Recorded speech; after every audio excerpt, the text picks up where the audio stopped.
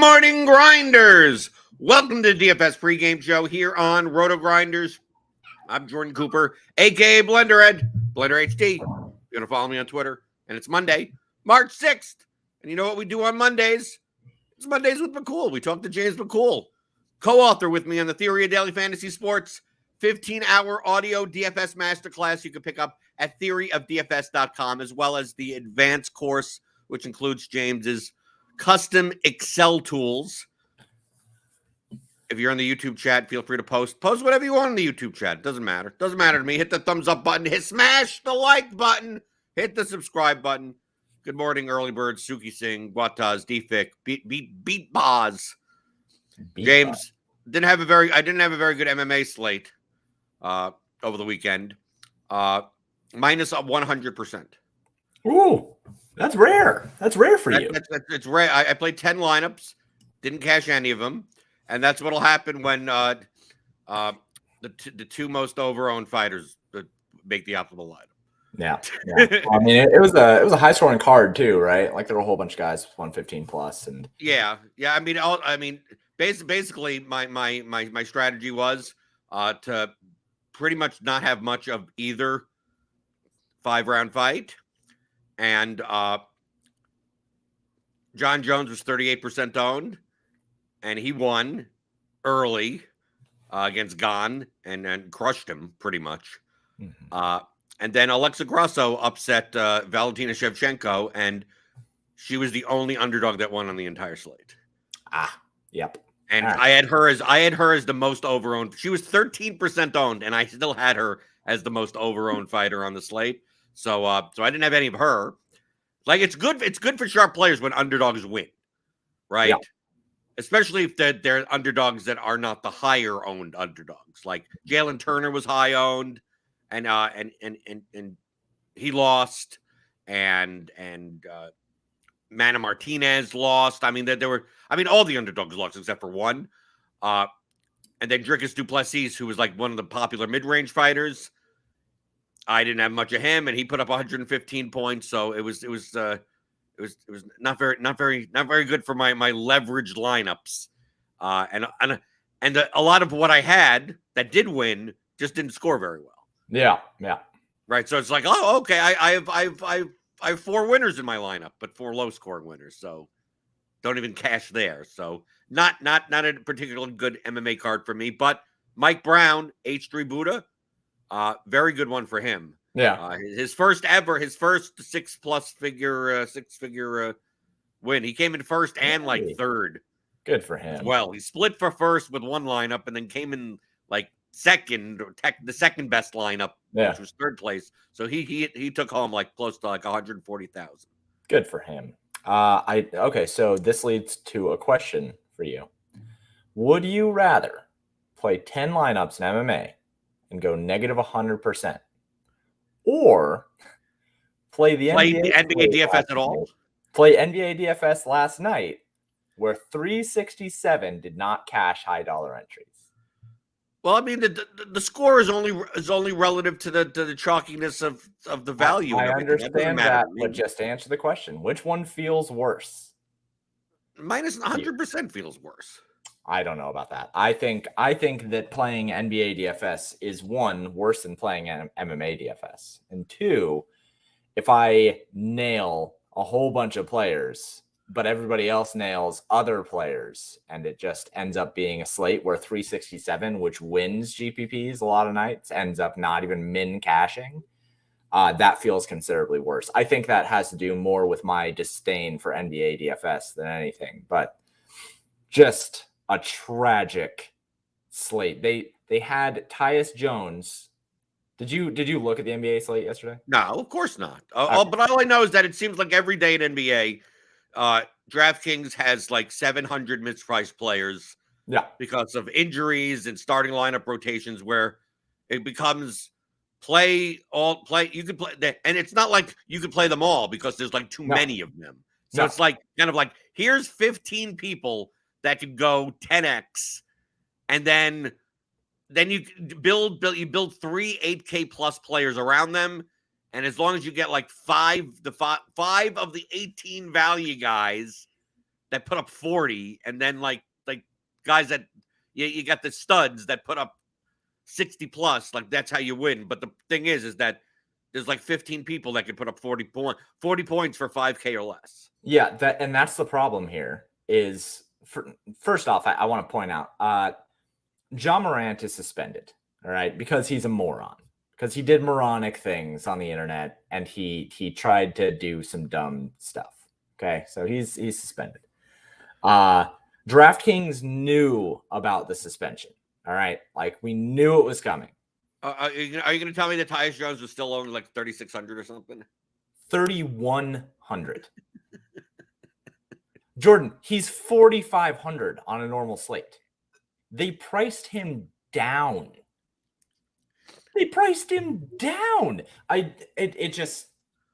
It's insane. So first off, I just wanted to point that out. That's why the slate was such a train wreck yesterday. He put up 55 fantasy points or something at 3,100. All right. Everybody starts with 18x player in their lineup. Well, how owned was he? He must have been 85% owned or something. Okay, it's under-owned then. Underowned. Absolutely underowned. 100% underowned. And then the other part, like what you were saying, where there's 15 players on a slate that can go 10x, and you have to hope to land 5 of them and then have the right AK plus players. That's to min cash. Because like to win a GPP, there's 15 players that can 10x. There's another 10 that can 9x. There's another 20 that can 8x. And so you have a player pool. Legitimately, player pools right now are like 65, 70 players that are worth playing on a slate on any given like 8+ game slate. It's insane this year. Even landing the good plays does not mean that you did well on a slate. Well, that means you just have to adjust. I mean, to me, complaining or whatever, it just means that if you have a 4K guy that puts up 35 points, like that's not worth playing anymore. No. Like that when people are comparing scores to last year or Sure. a normally priced slate, it comes down to, well, if the pricing is off by that much, where it used to be that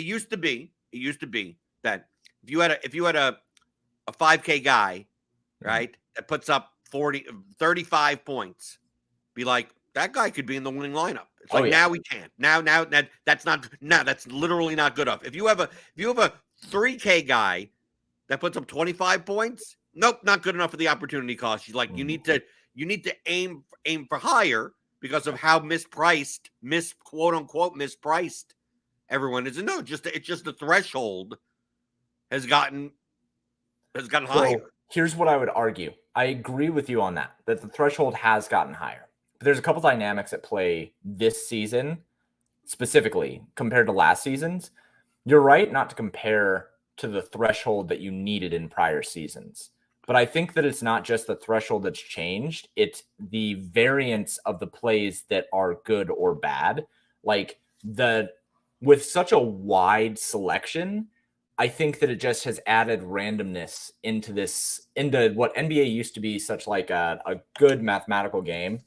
And that's why everybody has always said, like, nobody loses at NBA DFS, because if you played the best plays, quote unquote, then you were usually good. The problem is now that there are 27 best plays. You can't possibly You build 150 lineups with all 127. You can't lose, right? No. But that's just 27 value plays, Jordan. So the permutations have gone so wide as to what is considered like a plus EV option that I think that it has made it really, really hard to, especially for single entry and 3 max players, which is, I work a lot with single entry and 3 max. That's a lot of people that are over at Paydirt. For single entry and 3 max, it has just become this exercise of variability and just hoping that like your 5 value plays out of the pool of 27 value plays are the 5 that end up being good enough. Because aiming high, I think that you're already aiming high with value plays. Like if you have 5 guys that project for 7 to 8x or something like that, I'm not sure that you can aim much higher than that, because median expectation can't be higher than that, right?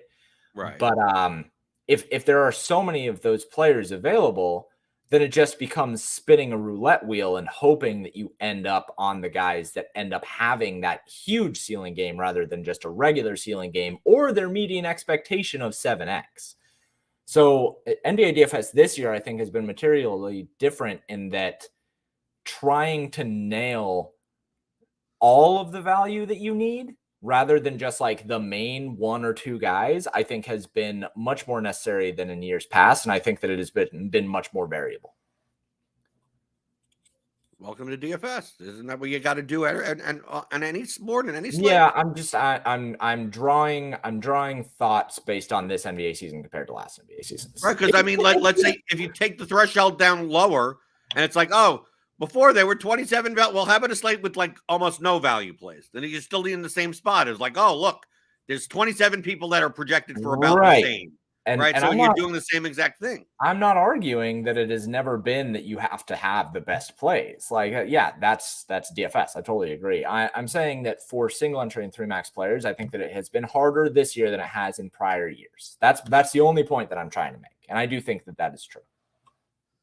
Well, coming up for this year, is it going to be harder than prior years? Is MLB DFS? We talked about this last week a little bit. We started to talk about it, about the new MLB rules. So what these new MLB rules like? Okay, so we obviously seen the pitch clock. Yep. They're what are they doing with the defensive shifts now?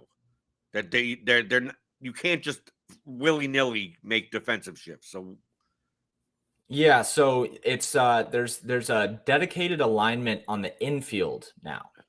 So in the infield, you can't shift over like your second baseman or your shortstop over in the infield now. There's dedicated positions of first, second, shortstop, third. So basically the shortstop and third baseman can't defensively line up on the other side of second base. Right. Yeah. And so the second baseman and first baseman can't basically you could essentially only have 2 infielders on one side of second base. Yep. That's right. But the outfield you could do whatever you want. Yeah, outfield is completely free game, and but the outfielders must be on the grass. Yes, and we have seen that happen against Joey Gallo. I think this year was it Joey Gallo? There was one player I did see that they did an outfield shift against, so we do know that it's going to happen against certain players that are extreme pull hitters, and they're just going to like force these guys to try to make a play to the outfield to the other side. So. We do have that.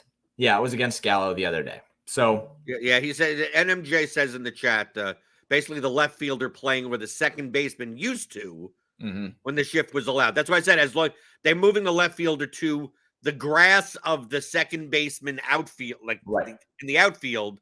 So it's kind of like you're kind of playing like a second baseman, but like really deep second baseman. Yeah. Right. But obviously you're leaving no one in left field because most likely he's not hitting the ball there anyway. And that's going to improve offense a lot, I think, for guys who can actually like learn to beat that.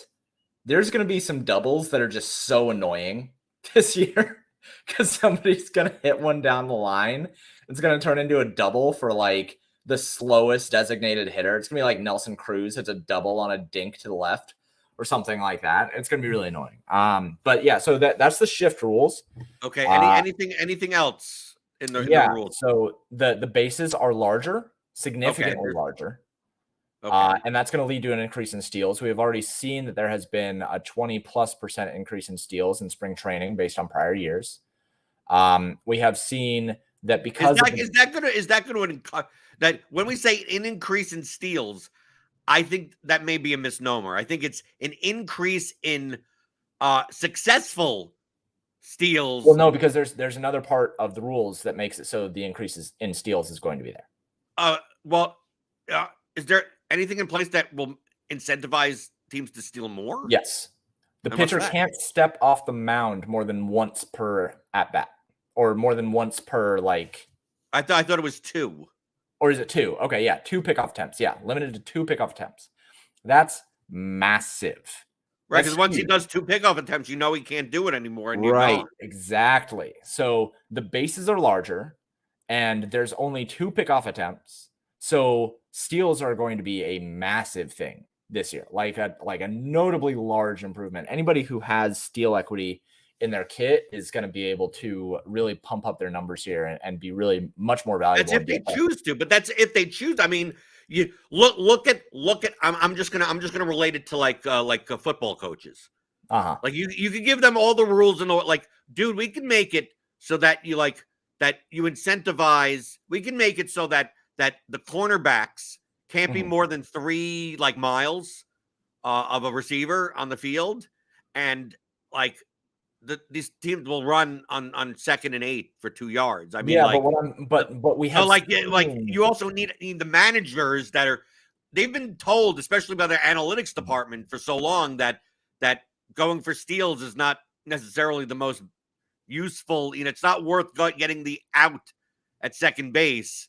That now with the bags being a little larger and the 2 pickoffs attempts, you still need managers that are willing to give the sign to Gay. Right, but we've seen that even if Billy Hamilton isn't on the bases, that you could go for it if you can. Yeah, but we've seen a 25% increase in years. Spring training, who cares? Yeah, but if you're still measuring against spring training, we're not saying that it's a 25% increase on the regular season. We're saying that's 25% increase on prior spring trainings. That matters. That matters. So in attempts or in success? I'm pretty sure both. Pretty sure that it's a significant improvement on both. We have also seen an improvement on batting average on balls in play. So BABIP has gone from that's expected. I mean, with the shift alignment, with the shift dynamics now, right, you have to expect BABIP to go up. Maybe batting average doesn't go up, but at least it's not going to be this thing where most of the time when you put the ball in play, that's not over the fence, right? And you're hitting it with your righties are hitting towards left field and lefties are hitting towards right field, unless they're trying to hit to the other direction.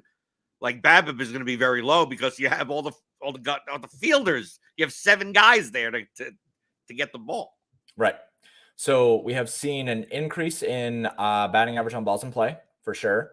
I think it went from 240 to 270, something like that, 30-point increase. Again, this is based on prior string trainings. So we are seeing more people on base and we are seeing more stolen bases. And then we are also seeing the pace of play down. And I imagine that the good pitchers are going to also see an increase in upside.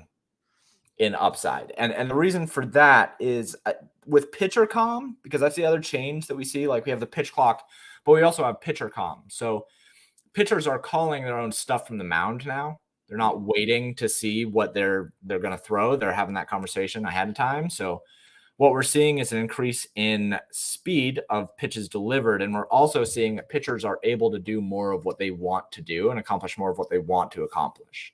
So that's a good thing, but hey, for some pitchers, that may not be a good thing. That's what I just said. So good pitchers, I think, are going to see a ceiling increase, like the Max Scherzers, and I think the smart pitchers, the guys that are really, really good at tunneling, the guys who understand their stuff, have great command. I think that we'll see some pretty notable increases for them as well. But maybe the decreases. I mean, we're theorizing here. We are. But I'm thinking of guys like Hunter Green, the guys, the fireball guys. Yeah. To me, I could even see them being even wilder. Yeah, I could too. Where they're just they're young, they throw hard, and either they're going to give up more home runs. This is complete theory. Is that I'm just picturing a 23-year-old kid, 24-year-old fireballer that has to pitch within 15 seconds. Yeah. And never had very good command to begin with, just throws hard, and he only has 2 pitches. So he has like a fastball and some secondary pitch that is halfway decent, and that's why he's in the majors. And he just defaults to just oh crap, I gotta go. I'm just gonna throw it hard. Yep. And which means that the batters are gonna be more likely to be able to call fastball, knock him out of the game, hit a home run, or he's just gonna be so wild because he doesn't have some 36-year-old catcher calming him down, every pitch and go, okay, let's try it here, let's try it there, and he's just going to get rattled. I mean, this is pure pure theory. It could be the opposite. It could be some of these kids, maybe they come up and they just like, okay, all I have to do is don't think about anything and just throw it hard, and they get 17 strikeouts. I mean, like, it could be that.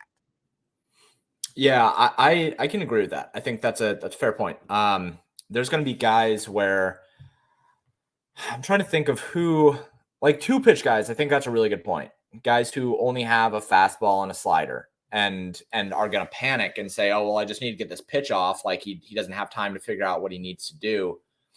So he's just going to throw another fastball and hope that he gets it past him. And especially in situations where it's like an 0-3 count and he needs to get a strike in there. And he's just like, all right, well, I'm just going to try to blow it past him twice.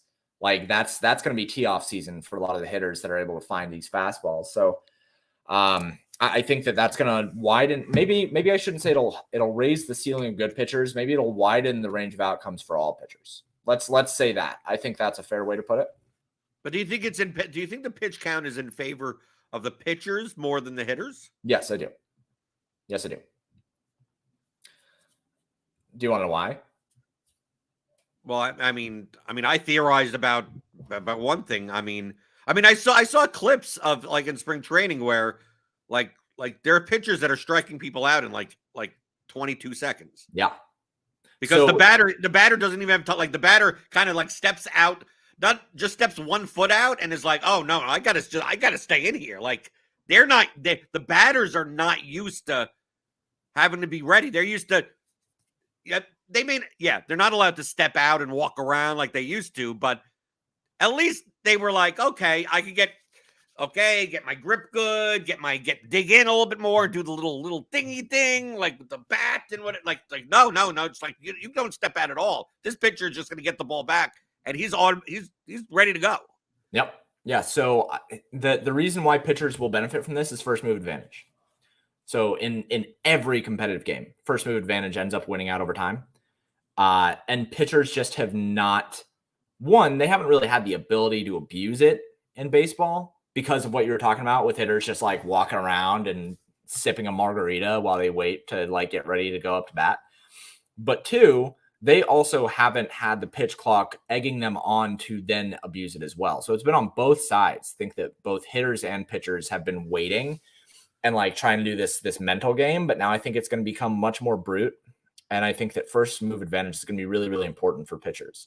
So what I theorize is going to happen here is hitters are not going to be ready to deal with pitchers that are abusing the pitch clock.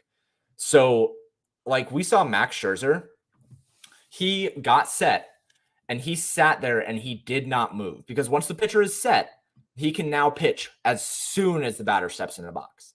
Right. And we saw him get set. The hitter called time, stepped back for like 3 seconds. As soon as he was in stance, Max threw a fastball straight past him. Like you can't touch that. That hitter's not going to be ready for it. So I do think that pitchers, so long as they understand that they have first pitch advantage. Again, this is going to come to if a pitcher is waiting. I mean, Sonny Gray, for instance, like he might not use first move advantage. Sonny Gray may not be in the league anymore with this pitch. I don't know. Yeah. He took like 30 seconds. What, like, and do we have stats on that? Do you, I'm assuming I could ask Cardi maybe if he has the data on what are the pitchers like. This is here's a theory to throw out that you could test, or at least start to test. Is the pitchers that normally, like, let's say we have a pitcher. Sonny Gray is the example on the other side of the spectrum. But let's say there was a pitcher that their average time between pitches was 14 seconds. Yeah. So it's like, well, within 15 seconds, like, should the clock have much of an effect on him? Then there are ones that 17 seconds, 18 seconds. So there's a 3-second gap. Now, Sonny Gray is like 28 to 30 seconds between pitches. Is there going to be, is it going to be, it would have to assume negative effect on like, what is Sonny Gray going to look, what is his performance going to look like now? And it could be the other way where it turns out when he throws quicker, he's actually better. And what he was doing before was the bad thing. But like, there has to be some way of measuring like and adjusting for like there are certain pitchers that pitch between pitch is fast as it is, and some that are really long, that is there going to be that big of an adjustment? I mean, obviously we're dealing with no sample size, but as Cardi would say, with some of this stuff when it comes to pitching, this seems like something that would normalize, not quick, but quicker than other stats. Because what normalize means, just to highlight, like pitch speed is quick to normalize. Why? Because that's not going to how varying is a pitcher's speed from game to game, right? So if his first start, he's throwing his fastball at 96 miles an hour, and then the next start he throws it at 93 miles an hour, and the next start he throws it at 95 miles an hour. You're not going to see oh well, maybe he throws it at 91 the next game. It's no, it's going to be within that range of pitch speed. And the same thing is with in between pitches. The time in between pitches is going to be fairly consistent, in the past, for that past data, that I would say the effects of that on the pitch clock on the pitcher stats could be noticeable quicker than we need 5 seasons worth of data in order to get anywhere close to one standard deviation.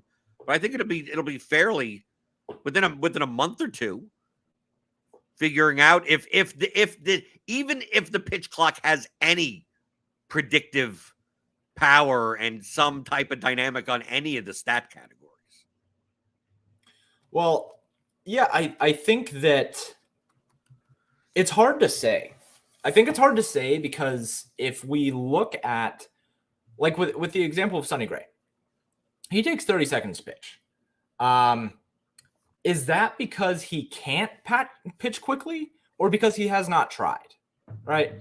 If he has tried and he's bad at it, then it might be a disaster for him, but he might get better at it. We don't know.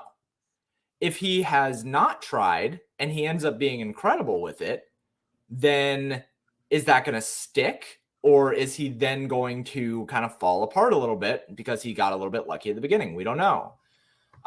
For hitters, I think that it's really interesting to look at because hitters kind of train to hit a certain way their entire lives.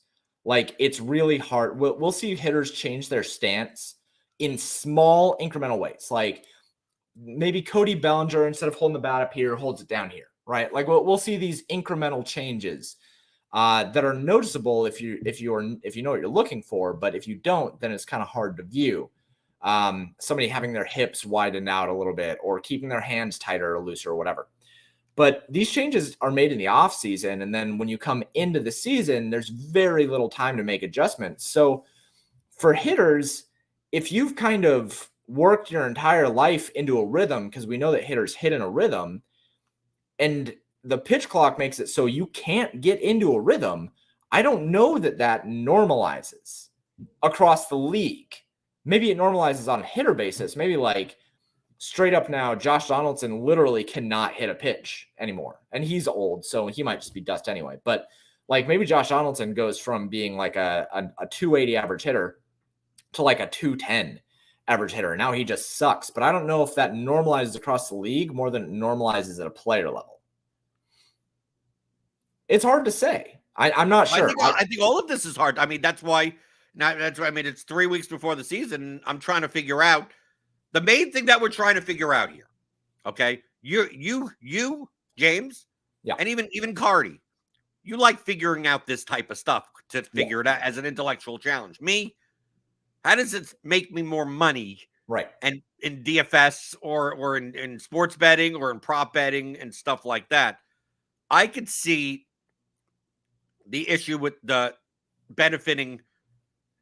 I can see in general, I think the game will still be 3 outcome based. I still think we're not going back to the mid 80s Cardinals teams, 2-1 National League Baseball. No, because pitchers are too good now. Are too good now, so we can't have that. Right. So it's still going to be geared towards, it's either going to be a walk, a strikeout, or a home run type of a thing, but it's going to be a little bit less of it. A little bit. The BABIP is going to go up, which means we're going to get some more hits and doubles and people on base and things like that. I think the effect from a DFS perspective is that this is more likely to benefit correlation than it is than anything. Actually, we're gonna lean back, because when it's like, oh, we have a 12-game slate, and a lot of people, like, if you're gonna stack 5 people, it's essentially like, do the Twins hit 5 home runs today? Right. Like that type of thing. And then obviously, there are benefits of correlation when one guy gets on base, and then this guy hits a double, then the next guy hits a home run, like that type of stuff. But I think maybe we get a 10% increase towards correlation if the BABIP is going to be higher, and steal attempts, and the bases are going to be bigger, which means obviously even on tag plays on third from an outfield throw, or even speed guy outrunning someone at first base on a ground ball. Yeah, the base is going to be bigger. The first baseman, the players can't block the base as much, right? So I would think that this benefits correlation definitely, and regardless of the pitch count, like the pitch count stuff. How would you even adjust for that from a DFS perspective? Like, well, if I think this affects all pitchers in X way, well, then how do I change what I was doing before? Am I not playing Max Scherzer? No, I'm still playing Max Scherzer regardless, right? I'm still playing Verlander regardless. Those are the best pitchers anyway. Like, I'm not really changing anything. The only thing I'm not changing stacking either in MLB, no matter what. But I just think that maybe the lineups that are like 3-2-2-2, like those types of lineups, I'm going to do a 2-2-2 and a 3-2-1-1. Go a little bit less in value, not out of value, but I just think that if there's going to be more balls in play, it benefits correlation. The steals go up, which means you could have a guy gets 3 points for a single, steals second, has 8 points, right? And then the next guy hits a home run. Well, you got the steal already. Like you had double steals. The steal I can see there being a meta game with the steals, because if they're only allowing 2 pickoff attempts, does that really mean that they're only allowing 1? Yeah. Because do you want to be a pitcher that has used 2 pickoff attempts, and then knowing that on the next pitch you can't make a move to a base? Like, you don't want to be stuck in that spot, right? You might as well go to the windup in that situation. And of course, once you go to the windup, I don't see why the slowest guy could steal second base from the windup position in the major leagues. So it's like, is it really that 1 pickoff attempt becomes the new 2 pickoff? Like, once the pitcher has tried to pick you off once, that should be the sign. After a while, when they see that pitchers don't do the second pickoff attempt, now people go on after the first pickoff attempt, because they're like, nope, they don't want to get in a spot where they can't throw the ball to first base anymore. Like, do you think there's some type of meta chicken game like that? And maybe that the pitchers don't. Maybe the meta thing for pitchers is to never attempt to pick off. Yeah. Right. It's like, it's going to be so rare that you're going to have to. You have to wait. You're never going to know when it's going to come. Yeah. I mean, obviously, all this stuff is done to speed up the game, not necessarily make the game of baseball better. But it's just trying to theorize how the players and how the managers are going to react to these rules, and for the main purpose of, hey, if steals are going to go up dramatically, like, I want to be on that, like, dude, especially for sports betting. Yeah, I was going to say that's probably where you make the most money, is like in the first month, just hammering overs on steals.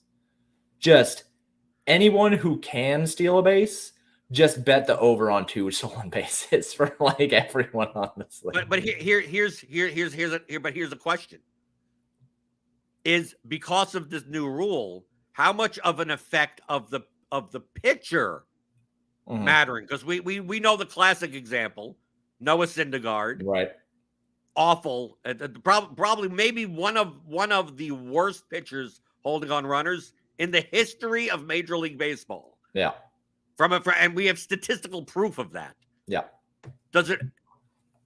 How much does it affect those types of guys? Like, does it change anything? Like, does it really change anything for him at all? I mean, like, well, yes, kind of.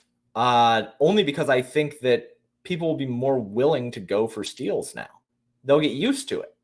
Whereas, like, maybe in the past, we knew that you always just want to attack Noah Syndergaard steals, but maybe managers who are old and decrepit did not quite grasp it, right? And now I think they will be more willing or more understanding of that situation. From a how does this make me money standpoint, I think you're hammering the over on steals early in the season.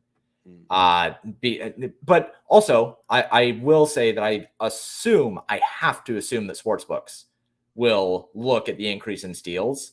So maybe there won't be as much juice on that as I assume. But from a stacking and from a DFS perspective, I think just based on all of this, because we do think that good pitchers will be better. I think that bad pitchers will be worse and average pitchers will have higher variance. So this isn't anything groundbreaking, but attack bad pitchers more than you would before, right? Because like in the past, I think that you would want to take shots on like relative, like maybe slightly above average pitchers. Like you would want to attack them because there would be lower ownership on stacks. But this year, I do think that bad pitchers, especially pitchers who struggle, like there might be something where looking at the data and saying this guy is usually bad the third time through the order, maybe the second time through the order now, guys just get cratered because there's such a mental aspect to pitching. And if a guy gives up a home run and then has to pitch again in the next 9 seconds or whatever, you're not quite over giving up that home run yet. And I think that might lead to more chains. So I do think that stacking will be more important than before, like you said. But I do think that the 3-3-1-1 lineups or whatever those are going to be, I do think that there will be such upside in stolen bases that one-offs at second base and shortstop will be valuable. So that's the one like kind of specific theory that I'll have here is in the past, you kind of, if you were stacking a team, you kind of wanted to include the catcher and the second baseman in that team because typically they're weak positions. So you're betting on correlation to carry those positions for you. Now I think that second base, since that's now you may get a Nicky Lopez 3. Yeah. Right out of the blue, you know, like the low end hitters that barely hit for power that you typically only use as a stack. Like Billy Hamilton is to me the quintessential example. Right. If he's still in the league, he typically gets a job somewhere, and he typically gets called up at some point where he's batting ninth. He has an OPS of like 120. But if he gets on base, he can steal 2. I mean, like his outcomes are as wide as Joey Gallo's, just without home run. Like he'll never hit a home run. But he will get 30 points in a game or 0 in a game. Absolutely. So I think that we will see you'll feel like you can one-off second base a little bit more, one-off shortstop a little bit more, I think. Maybe I think one-off. Shortstop's more of a truthfully, shortstop, that's a kind of a power position now. Shortstop has a lot of premium to it. Yes. But I do second base is a little weaker. Yeah, I would agree. But shortstop, dude, we have Seager and Turner. We have Correa. We like Story. I mean, come on. Shortstop is a power position. Yeah, shortstop has a lot of power, but it also has a lot of stolen base upside at the cheaper guys who hit towards the back of the order, which is why I think that you'll be able, you have the power of Trevor Story who can hit that home run and maybe get a double, get you 19, or you have the 8-hole hitter Jorge Mateo, and he can get you now 3 stolen bases and a double. And it's the price difference there of Trevor Story being $5K or Jorge Mateo being $2,500, that matters. I think that you're going to be able to see those opportunities a little bit more and not bank on correlation at the cheap spots anymore. Maybe I should say that. Maybe I should say the cheap spots outside of catcher. I don't think you'll have to bank on correlation as much as you did before. That's probably my main theory. That, and I think that the high upside pitchers, any pitcher who is smart enough to abuse first move advantage is going to be terrific to like at least for like 3 months. I'm not sure who that's going to be yet. Like we'll see. That's the guessing game right now. We don't know who the pitchers are going to be that are able to really abuse that. But I do think that we're going to see some guys who maybe are not the best pitchers in the world, but are smart and understand their pitches and understand tunneling and understand their abilities. I think those guys are going to have a higher floor and probably a higher ceiling than we have seen before. If you're a subscriber to the Bat, which is available now, you could go purchase that for the MLB season. Cardi's projection system that he's worked on for over a decade. The key questions with this new MLB rules for him, the two guys we need to know how it affects the most. Number one is Drew Smyly, right? Okay. Is how much of it I'm just picturing that the poster boys of the Bat for pitcher, Drew Smyly, and for batter is Rougned Odor. Like it's like what's the effect on those two guys? Then we can see how it affects the rest of the league, because those are the two guys that the Bat always seems to love.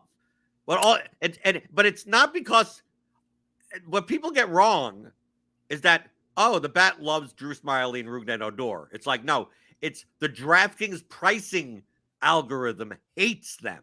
Right. So like when they're actually like when Rougned Odor is priced at 4K, the Bat doesn't love him or anything. No, just that when they price him at 2,800 every slate, that's what happened. When Drew Smyly is 6,100 as a pitcher, when he should be like 7,800 from a point per dollar value, he's going to come across and the Bat is very good. And then when DraftKings never raises his price, it's just going to consistently be that way the entire time. So like, it's not a thing that the projection system loves a guy. It's more that the pricing on the sites, though, they're always underpriced. Yeah. Smyly usually projects pretty well, but my models usually tend to stay away from him because of things like true average and expected home run rates and stuff like that. Rougned Odor, I don't know, man. I think Rougned Odor is probably going to be worse. Here's my theory on these two guys. I think Odor will be worse because he is going to have to deal with pitch clock and he's going to have to swing a lot. And all he does is just like swing and hope that he hits something. But I think that the pitches will come so fast, he won't be able to reset his stance as well. That's a completely baseless theory. For Drew Smyly, you acted like I was asking these questions like legitimately. Well, I'm answering them legitimately. So Drew Smyly, I think Drew Smyly will actually benefit from it. I think that he'll benefit from first move. Those are my guesses. Right. I was expecting more facetious answers. No. Here, then we're here for real answers here and real suggestions. My real suggestion is that Kyle Bradish is going to be awesome this year. Oh, so that's your take. That's your hot take. That's going to be my hot take right now. Yeah, I think that Kyle Bradish... Does he still pitch for the Orioles? Yeah. Okay. Because remember, I don't know who's on what team until like the day before the first slate of MLB. Yeah, Kyle Bradish and Brian Bayo for the Red Sox. I think those guys both have a lot of upside, and they were both guys that my models liked a lot. True Average liked them a lot, so... I'm hoping that Kyle Bradish ends up, because my models just were absolutely in love with him last year. And I think they're going to continue to be this year unless you change things dramatically. And usually when that happens, a pitcher sucks that year and then it's good the next year. So storm in your dynasty league or something. Yeah. For next year or keep best ball or whatever you're doing. I should have done best ball this year. I didn't do best ball for baseball and I should have. You still have time though, right? You still have time. I don't know. I guess there's time, but I mean, now I have to build out the model. So like, I don't have much time to focus on best ball. Okay. Well, you could always use the Bat. I could use the Bat. No, that's true. I could. And I love Cardi's model too. I think he's very good. And then you go to Underdog. You use the promo code Grinders. You get your $100 deposit match, and then you play some MLB baseball. There you go. I'm not doing it, but I mean, there is an edge there. There's an edge everywhere. That's why like NMJ says like, what's my MLB contest selection for this year? I'm going to be focused on the 3x, 5x style contests and the small field 121 $200 four max type of stuff. That doesn't mean there is an edge in the large field. There's plenty of that. Dude, large field has the biggest edge. It's just the hardest to realize. I could, but I mean, I'm not going to be in a position where I want to play 50 lineups in a night, but I could.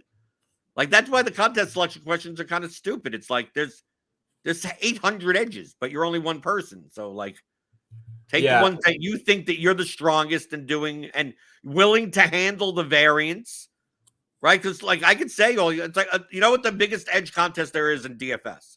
It's the NFL Millie Maker. That is the biggest edge available to you. Now, are you? Let's say you're playing 10% of your bankroll, which I think is too high. Are you going to just play? I'm going to max that out and play 10% of my bankroll. You're going to be most likely 90+% of the time you're going to end up broke or near broke. Yeah. Even though it's the biggest edge, so it's like, if you're willing to do that, sure, okay, go for it, I guess. But I mean, if you're not, maybe you only play 10 lineups into that contest. Maybe you just don't play any. It's the biggest edge contest, but from a expected ROI within your lifetime type of thing, and not an EV thing. It's like, no, I'd rather play the small field contest where there's still an edge, it's lower edge, but I'm more likely to realize that within the next 3 to 5 years than the Millie Maker. Yeah. It's not that's why when people ask, well, what contest are you playing? Like, I play soccer cash games. And they go, well, I don't know anything about soccer. I said, yeah, because I have an edge in soccer cash games. That's why I play soccer cash games. What do you have an edge in? Like the number one thing is, what do you have an edge in? And then if the answer is I have an edge in 78 things, and then it's like, oh, well, which one should I play? Like whichever if you could only play 6 of the 78, choose whatever 6 you want to. Some have more edges, some have more variant, whichever one you want. Here's the answer in a slightly less insulting way. You should play the contest that fits your goals. So Jordan's goals, but you need an edge. But first you need an edge. No, sure, but like you don't play contests where you don't think you're a winner. You don't even get into figuring out where your edge is until you figure out why you want to play. True. You shouldn't even be playing. I want to make all the money, James. I want to make all the money. Yeah.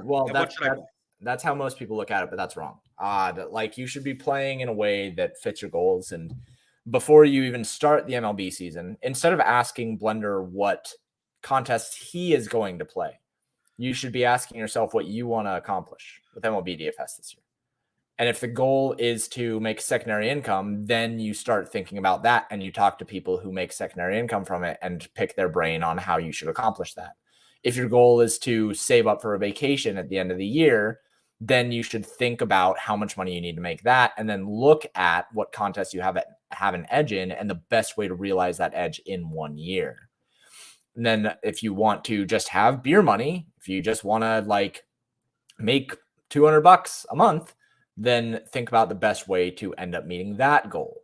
If you want to go for a live final seat, like go for it. Absolutely. You go have fun and try to get yourself a live final seat. Understand that goal is going to be very feast or famine. And if you're going to attack that, then you have to understand that as well. So it's less about asking people what the best contest to play is. It's more about figuring out why you want to play and the reasons why you play for any sport, for all of DFS, and then trying to figure out the best way to accomplish that goal. That's what it's more about. Right. My goal, I believe that playing triple ups, quintuple up type contest on both DraftKings and FanDuel, as well as, making 1 or 2, like 121, $200 single entry lineups for both sites, as well as hitting prize picks and underdog, when the boards first go up. Yeah. Right. Key is when the boards first go up. That on my volume, I think I have a very good chance of a near not 100% chance, but a very, very high percentage chance that over the course of the MLB season, and by the end of the MLB season, I'll make $50,000 to $60,000. There you go, and that's your goal, is to make $56,000. That's right. Your goal. So that's more what it's about. I believe that the path that I'm taking is the least variant path. Yeah, because you don't want to make $250,000. Right. Yeah. The thing is, I'm giving up the opportunity of having a 250K season, Right. or having a negative season, right? Or having like I only made 10K this MLB season, or I lost 5K, but I had the upside of making 300,000. Like I'm giving up that range, but I'm increasing the likelihood of me losing money on the season is nearly zero. Right. Is nearly zero. And and a bad season would be like I only made 20 grand. Yeah. Right? I only made 10 or 20 grand. An average based on this would be, I made 40, 45 grand. And like the goal, like 60th, 70th percentile is like 60, 70,000. Yeah. Then maybe if I run great, I make 100,000. But on another, if I play different contests and I ran great, maybe I end up making $1 million over the course of an MLB if you run like the sun, right? But I'm taking away that variance, right? Because I don't want to even lose money. So like my goal is in that range there. So then if that's the goal, okay, then how do I manufacture that? Like what contests and what edges should I go after? Doesn't mean I played plenty of seasons large field. I mean, a lot of my years are large field GPPs, and you can see that, I made 80,000 in a year playing DFS, and it's like, yeah, on big spikes and big downswings, and then by the end, it's like there it is at 80K, right? Maybe I don't want to do that anymore. Maybe I can, but it kind of sucks to play for 4 or 5 months and be like, just see your thing go, and then you question whether or not anything you're doing is okay. Yeah, and you're just mainlining Arby's at this point. Like you just hate yourself at that point. That's why I don't play like seriously anymore, because I figured out that my mental health and like my ability to run models is and maintain my site is better when I'm not just tilted over the moon at a downswing lasting 2 months and worrying about if I'm going to be able to pay rent. Like that, it just doesn't work. That's why you only play a percentage of your bankroll. That's why you move up and down. Right. You go on a downswing, then you move down, then you move up. Then most people aren't disciplined. I am disciplined. Right. So because you're a most people aren't. Most people think, I lost a line. Minus 100% on MMA. That means James, on this next slate, I got to double down and get it back, right? Yeah, you have to triple down, because what if you have the nuts, Jordan? What if you have it? You could make $170,000. Right. I just got to triple down. I got to quadruple down. Yeah, you got to play more volume. I got to put it all in. We have a couple questions here. So B Shot asks, checking this morning, Tyus only 70% owned in my cheap SE GPPs. How does that happen? Well, the main thing here is cheap GPP. Cheap GPPs are typically going to have less of the really, really strong players. And some people are just not paying as much attention. Some people fade it. Even the good players will sometimes look at a cheap SE GPP and just be like, well, doesn't matter, whatever. And maybe there's a CSV error or something like that. He should have been 100% owned. I'm not sure exactly what he was owned in the large field stuff, but I know that he was like 85% owned in the 888. So it mostly just comes down to the people in your contest are softer. He must have projected for like 40 points. He projected for 35. 35 median? Right, so that's an 11x. Yeah, essentially that becomes I play him in every lineup. You lock him. You just start there and move along. Because you also know that he's going to be under. Like the thing is that 85% he's going to be under owned also. Yeah. So it's not like oh I'm gonna build for relative value purposes and have him be negative leverage. Like he's positive leverage even at that ownership. So yeah. Like I'm assuming I could go to Results DB and all the sharp players will have like him at like virtually 100%. Yeah, they had to have. This was this year's version of Gordon Hayward at min price. Like it just at 97% owned, maybe he's slightly overowned. But like, are you at that point? Does it matter? No. Yeah, but he's not going to be 97% owned. But that's the thing, because people can be like, I can't play the chalk. Like, okay, you don't understand what you're doing. No, so somebody in my Discord was like, "Oh yeah, that's a full fade." I was like, "No, he's under owned." No, it's not. Just don't play the slate.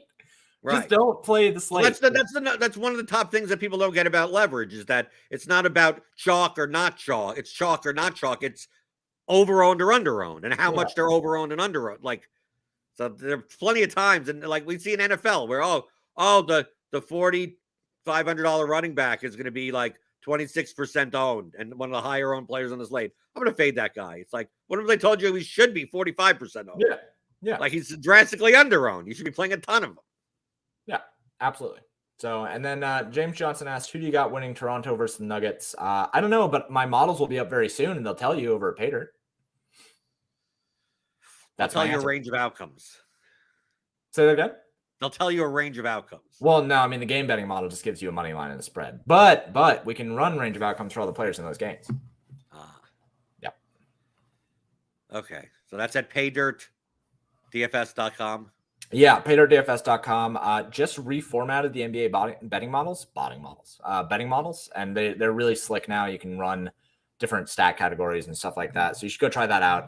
And obviously, getting ready for baseball season. Baseball's the best, so we're getting stoked on that. And when you're getting ready for baseball season, go purchase the Theory of DFS for advanced players. Get get 6 hours of audio and the custom Excel tools, especially if you're building a ton of stacks. Right, you have in the portfolio trimmer and the stuff that it'll even show the stack. Yep. You don't even have to go by like oh well, if this guy's in the lineup, that's a Dodger stack. It's like no, like you literally identify the MLB stacks. Yeah, and I'm gonna be adding some things onto those tools this week, getting ready for baseball season, adding in like the ownership of the stacks and stuff like that too. So in the portfolio trimmer. And the portfolio trimmer, right? So Jordan is going to let me know the things that are on his wish list coming into the baseball season, and I'll add those things in, and we'll get some nice upgrades and updates to the Theory of DFS before the baseball season. Right, and even if you have already purchased it, like you could always go and download the tools from the site again whenever there's an update. And James, you always send out an email. Yes, yep. Right, here's I haven't seen an email in a while. No, we haven't done very many updates, but I did figure out the MacBook issue, so I'll have an email on that here pretty soon. It works on my Mac. That's because you have automation macros enabled on your security settings. Default MacBooks do not. Yeah, but all you have to do is change that setting. Right, but we didn't know that, so people were like, it was so. So basically, all you're going to do is add the instructions on how to do that. To go in and enable automation macros, because on MacBooks that is automatically disabled in Excel, and on Windows it is automatically enabled. So if you had a MacBook and you tried to run it, then a lot of the macros not going to happen.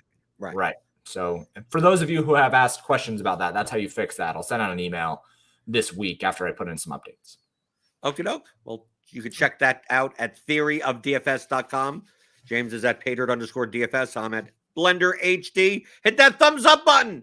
Hit the like button. Smash the like button. Smash it. Hit it. Punch it. Do whatever you want with the like button. Helps us out. Free content here. We got tons of other stuff later today. They got NBA. We got MLB, PGA, MMA, XFL stuff. We got college basketball. We got everything here at RotoGrinders. So sign up, get a combo premium package. Click on that link in the description. Get $10 off your first month. And I will be back tomorrow answering your DFS strategy questions like I always do, Monday through Friday, 11 o'clock Eastern on the DFS pregame show on RotoGrinders.com.